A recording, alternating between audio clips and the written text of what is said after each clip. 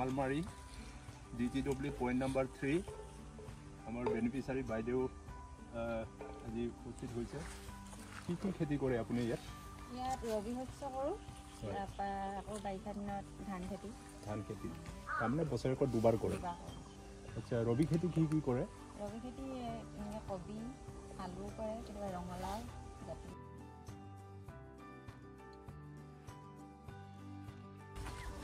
এইটো বিট খেতি ন এইখিনি আলু ৰুইছিলে নেকি আলু আগত ৰোৱা আছে আৰু জাতিলাও খেতি কৰিছে জাতিলাও এইটো ন আৰু এইটো কি ৰঙালাও খেতি কৰিছে ন আপুনি তাৰমানে সেই ইৰিগেশ্যনৰ জলসিঞ্চন ব্যৱস্থাৰে আপোনালোকৰ খেতিৰ উপযোগী হৈছে পানী পাইছে